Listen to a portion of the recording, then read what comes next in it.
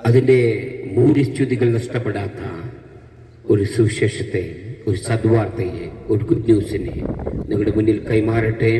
അതിനുവേണ്ടി പ്രിയ കർത്താവിൻ്റെ ദാസൻ പ്രൊഫസർ ഷൈജു കരുണാപുരം നിങ്ങൾക്ക് വേണ്ടി ആ സദ്വാർത്തയെ നിങ്ങളുടെ മുന്നിൽ വെക്കട്ടെ. ആമേൻ. Praise the Lord. കർത്താവിൻ്റെ അതിപരിശുദ്ധമേറിയ നാമം വാഴ്ത്തപ്പെടുമാറാകട്ടെ. അനുഗ്രഹിക്കപ്പെട്ട നല്ല സമയങ്ങളെ നല്ലവരായ ഞങ്ങളുടെ പ്രദേശ സമീപവാസികളോട്, വാത്സല്യമുള്ള സ്നേഹിതരോട്, സുഹൃത്തുക്കളോട്, അമ്മമാരോട്, എല്ലാവരോടും ചേർന്ന് ഈ പ്രദേശത്തിൽ യേശു കർത്താവിനെ ഉയർത്തുവാൻ ഞങ്ങളെ വീണ്ടെടുത്ത, ഞങ്ങളെ രക്ഷിക്കപ്പെടുത്തിയ, ഞങ്ങളെ രക്ഷപ്പെടുത്തിയ, അക്രമത്തിൻ്റെയും അതിക്രമത്തിൻ്റെയും മാർഗത്തിലൂടെ സഞ്ചരിച്ചിരുന്നൊരു കാലഘട്ടത്തിൽ നിന്ന് ഞങ്ങളെ വീണ്ടെടുത്ത് രക്ഷയുടെ മാർഗം ഞങ്ങൾക്ക് നൽകിത്തന്ന നിത്യ സുവിശേഷം, സത്യ സുവിശേഷം എന്നത് ലൗകിക രക്ഷകനായ യേശു ആരാണെന്നുള്ളത് ഞങ്ങൾക്ക് നൽകിത്തന്ന ആ യേശുവിനെ ഉയർത്തുവാൻ, ആ യേശുവിൻ്റെ സദ്വർത്തമാനം ഈ പ്രദേശ സമീപവാസികളോട് വിളിച്ചു ഘോഷിക്കുവാൻ ഞങ്ങൾക്കും കർത്താവ് ഒരുക്കിയ അവസരങ്ങളെ ഓർത്ത് സ്തോത്രം ചെയ്യുന്നു. ഞങ്ങളെ അല്പനേരം ശ്രവിച്ചുകൊണ്ടിരിക്കുന്ന ഞങ്ങളുടെ മാതാപിതാക്കളോട്, സഹോദരങ്ങളോട്, സ്നേഹിതരോട്, സുഹൃത്തുക്കളോട് എല്ലാവരും അല്പനേരം ഞങ്ങൾ പറയുന്നത് ഈ സദ്വർത്തമാനം എന്താണ്, ഇതിൻ്റെ പിന്നിലെ കാരണം എന്താണ്, ഇവർ ഈ വിളിച്ചു പറയുന്ന സദ്വർത്തമാനത്തിന്റെ സുവിശേഷത്തിന്റെ ഗുണമെന്താണ്, ഇവർ പറയുന്നതിനകത്ത് എന്തെങ്കിലും കാര്യമുണ്ടോ എന്ന് അല്പനേരം സസൂക്ഷ്മം നിങ്ങൾ ശ്രവിക്കണമേ എന്ന് ആദരപൂർവ്വം നിങ്ങളെ ശ്രദ്ധയെ ഞങ്ങൾ ചോദിക്കുകയാണ്. പ്രിയപ്പെട്ടവരെ, നമ്മുടെ കാലഘട്ടം ഏറ്റവും വളരെ പ്രാധാന്യം അർഹിക്കുന്ന ഒരു കാലഘട്ടത്തിലേക്ക് വന്നിരിക്കുകയാണ്. 21ാമത്തെ നൂറ്റാണ്ടിലേക്ക് നാം വന്നെത്തി നിൽക്കുമ്പോൾ പുരാതന കാലഘട്ടത്തിൽ നിന്ന് ആധുനികമായ കാലഘട്ടത്തിൽ ഒത്തിരി മാറ്റങ്ങൾ സംഭവിച്ചു. എന്താണ് ആ മാറ്റം? മറ്റൊന്നുമല്ല, കമ്പ്യൂട്ടർ യുഗത്തിലേക്ക് ജനങ്ങൾ, കുഞ്ഞുങ്ങൾ, സമൂഹം എത്തിപ്പെട്ടിരിക്കുകയാണ്. എഐയുടെ കാലഘട്ടം എത്തിയിരിക്കുകയാണ്.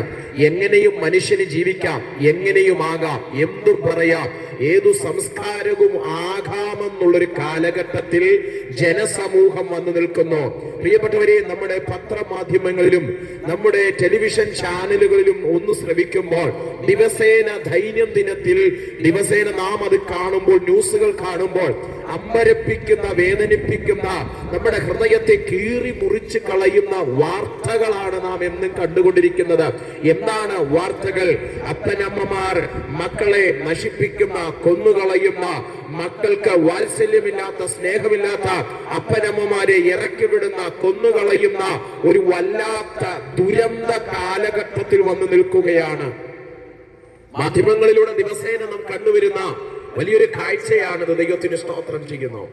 അതെ, എന്താണ് ഇതിന്റെയൊക്കെ പിന്നിൽ ചലിക്കുന്നത്? എന്താണ് ഈ കാരണം?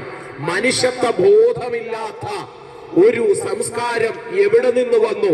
എങ്ങനെയാണ് ഈ കൊച്ചു കേരളത്തിനകത്ത് അത് ഉടലെടുത്തത്? ഈ കൊച്ചു കേരളത്തിനകത്ത് എങ്ങനെയാണ് മനുഷ്യത്വ ബോധമില്ലാത്ത മനുഷ്യർ ജനിക്കുന്നത്? എന്താണ്? മദ്യപാനികൾ വർദ്ധിച്ചു വരുന്നു, കുടുംബ തകർച്ചകൾ കൂടി വരുന്നു, കുഞ്ഞുങ്ങൾ വഴിതെറ്റിപ്പോകുന്നു. ആർക്കും ഒതുക്കുവാനും മെരുക്കുവാനും കഴിയാത്ത ഒരു യുവതലമുറ നമ്മുടെ 14 ജില്ലകൾക്കകത്തും ഉടലെടുത്തു കഴിഞ്ഞു. ആർക്കും പിടിച്ചു നിർത്താൻ കഴിയാത്ത, ആർക്കും ഒതുക്കുവാൻ കഴിയാത്ത, ആരും കുഞ്ഞേ എന്ന് വിളിച്ച് മോനെ അങ്ങനെ ചെയ്യല്ലേ എന്ന് പറഞ്ഞാൽ തിരിച്ച് പ്രതികരണം, വല്ലാത്തൊരു പ്രതികരണമുള്ള ഒരു വലിയ കാലഘട്ടത്തിലാണ് നമ്മൾ വന്നിരിക്കുന്നത്. ഞാൻ പറഞ്ഞതുപോലെ, എന്തുകൊണ്ടാണ് ഇതൊക്കെ വരുന്നതിന്റെ പ്രത്യേകത എന്ന് പറയുന്നത്? എന്തുകൊണ്ടാണ് മദ്യപാനികൾ വർദ്ധിച്ചു വരുന്നത്? എന്തിനാണ് കുടുംബ തകർച്ചകൾ നമ്മുടെ നാട്ടിൽ ഉടലെടുത്തിരിക്കുന്നത്? എന്താണ്?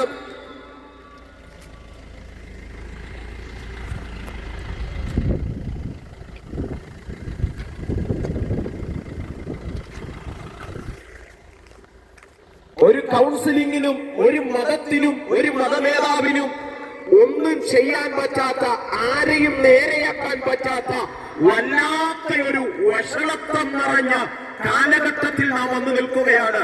എന്താണ് ഈ ദുരന്തങ്ങളുടെയൊക്കെ പിറകിൽ ചലിക്കുന്നത്?